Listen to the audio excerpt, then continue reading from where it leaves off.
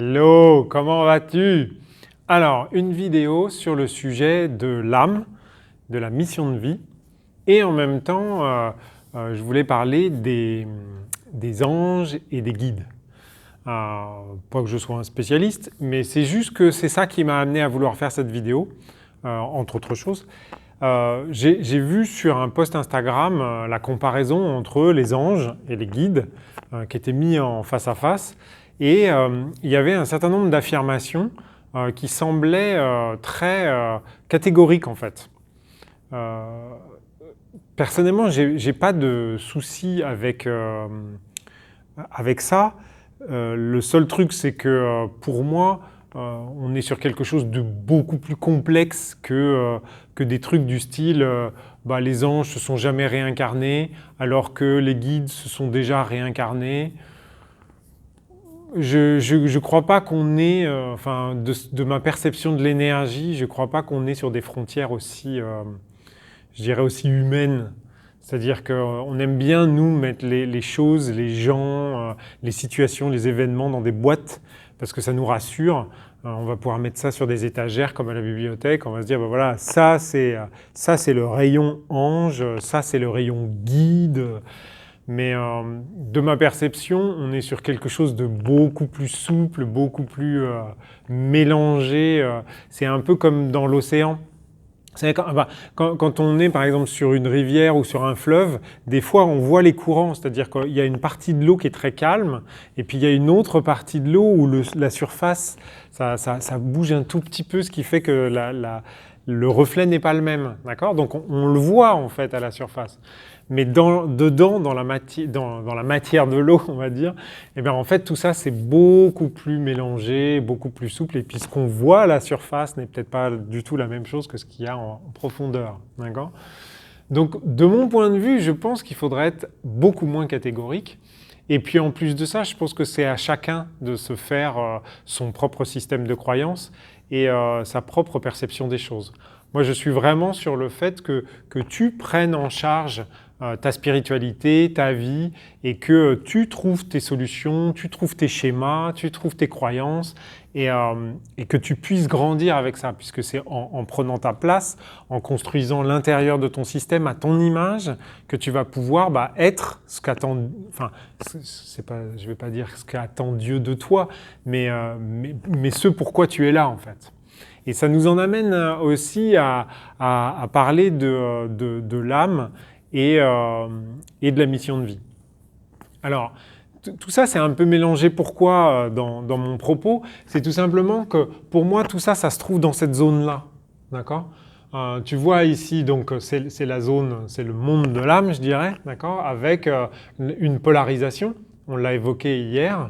Et dans cette polarisation, ici, on va retrouver ce qu'on appelle les anges, d'accord, les guides, en partant du principe que c'est des énergies qui sont plutôt positives, qui ont la vocation de nous aider dans notre chemin sur Terre, mais on pourrait très bien avoir des guides aussi dans cette zone-là. Tout dépend déjà le chemin dans sa vie qu'on a choisi. Si on veut profiter des énergies négatives pour se développer ou si on préfère choisir les énergies positives. Il ne faut pas être naïf. C'est pas parce que sur Internet on trouve la majorité des gens qui veulent absolument s'éveiller vers la lumière qu'on n'a pas la même totalité de gens qui veulent s'éveiller sur l'ombre. D'accord ? Donc soyons pas naïfs avec ça. Par conséquent, la notion de guide et d'ange, on pourrait très bien avoir des anges ici et tout ça. J'ai pas forcément envie de le noter parce que c'est pas mon souhait, mais fondamentalement, il n'y a aucune raison que ça n'existe pas. Tout simplement parce que l'énergie, elle est toujours neutre. Hein. C'est comme la phase d'une pièce. Alors je suis désolé, je te coupe ton énergie, on va la remonter. Hein. Donc je remonte l'énergie de mon système. Donc en fait, la pièce, elle a deux faces, d'accord ? Et ces deux faces-là, eh bien, c'est ça qui permet la neutralité, d'accord ? Donc si on a des anges positifs qui guident les gens vers la lumière, on a forcément des anges et des guides qui guident vers l'ombre, d'accord ? Donc ça, c'est C'est simplement l'équilibre d'un système, c'est obligatoire. S'il y a plus de lumière que d'ombre, bah, à un moment donné, le système est déséquilibré et ça ne va pas. Et ça va pas. C'est un peu comme nous, si on sourit tout le temps, hein, à la fin, on pète un câble. D'accord ? Et inversement, si on est tout le temps grognon, on pète un câble aussi. Alors, tout ça pour dire que ça, c'est des énergies qui cohabitent avec l'âme. Et ces énergies-là, eh ben, en fait, elles ne font pas que avoir des interactions avec notre système là, dans cette incarnation, mais elles ont aussi des interactions avec notre âme. Donc là, des interactions d'énergie négative et là, des interactions d'énergie positive. Ça veut dire quoi ? Ça veut dire que, on l'a dit hier, que ces énergies-là, que ce soit positives ou négatives, hein, elles se nourrissent de nos énergies qu'on vit ici. D'accord ? Alors pourquoi ? Bah, tout simplement parce que plus elles se nourrissent d'énergie, plus elles sont énergétiques et potentiellement plus elles peuvent s'élever, voire remonter d'un cran. Parce qu'en fait, on a quasiment tous la même course. Hein. Je parlerai de la Terre tout à l'heure, mais on a tous la même course. Ce qu'on veut, c'est remonter là-haut. D'accord ? Donc, pourquoi c'est intéressant de comprendre qu'il y a des échanges d'énergie entre notre âme et ces énergies-là?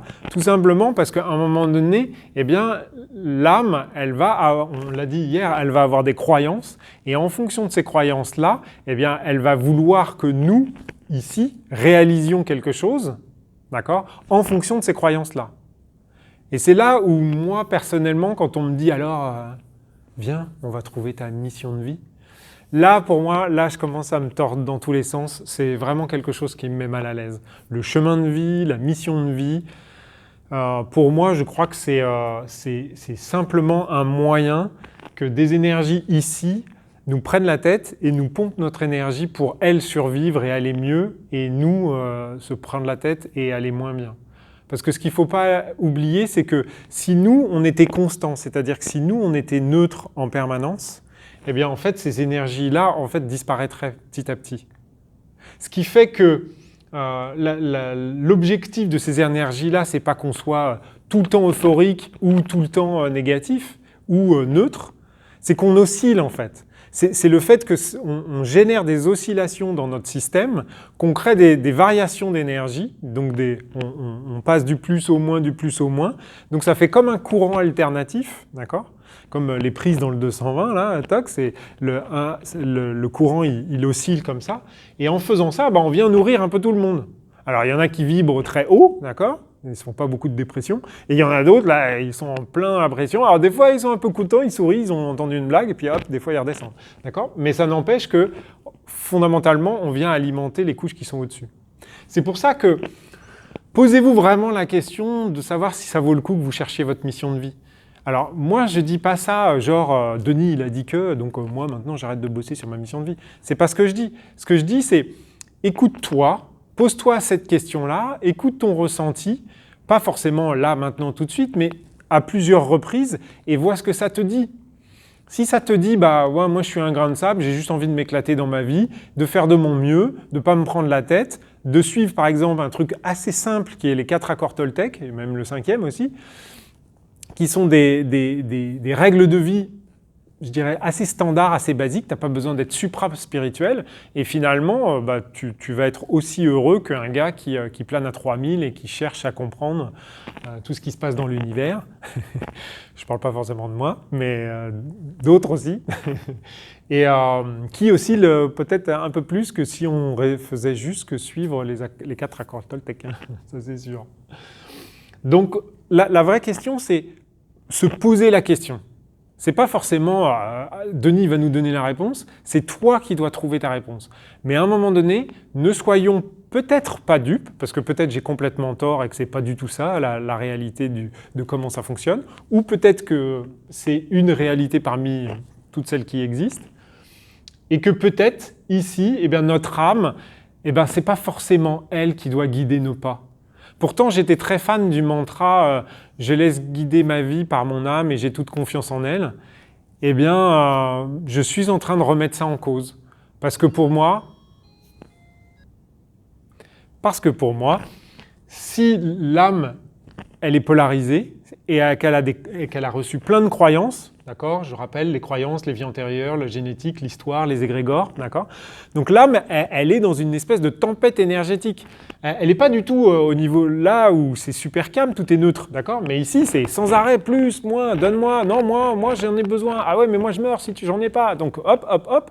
Et donc l'âme, elle est ballottée. Et donc l'âme, elle va aller chercher en bas. En fait, alors on va pas parler de l'âme maintenant tout de suite, mais, parce que ça va bientôt couper.